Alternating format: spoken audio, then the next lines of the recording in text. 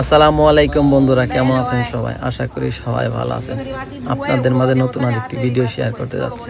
30 kilo ওজনের silver cup, 30 kilo, একবার ভাবা যায়? মাম্মা মিয়া! প্রথমে তো দেখেই একদম অবাক হয়ে গেছে, জানি না মোবাইলে কেমন দেখা যাবে, তবে 30 কিলো ওজন এই মাছটার। তো জানো, মার্কেটে গিয়ে দেখি যে সিলভার কাপ মাছ আসছে। তো জিজ্ঞাসা করলাম যে দেখ আরও আছে কিনা। তো বললো যে দেখ আরও একটা আছে, 30 কিলো ওজন হবে। এখন যে পিসগুলা পিস করে রাখছে ওইগুলো যদি আনি তাহলে 5.5 ইউরো কিলোতে পড়বে, আর যদি আমরা আস্তে একটা আনি তাহলে আমাদের আল কিলো পড়বে 3 ইউরো। তো যেহেতু 30 কিলো, এটা তো একা নেওয়া সম্ভব না। পরে আমি আমার আর দুই বন্ধু মিলে আমরা মাছটাকে আনলাম, আনার পরে বাসার নিচে নিয়ে কাটাকাটি করলাম।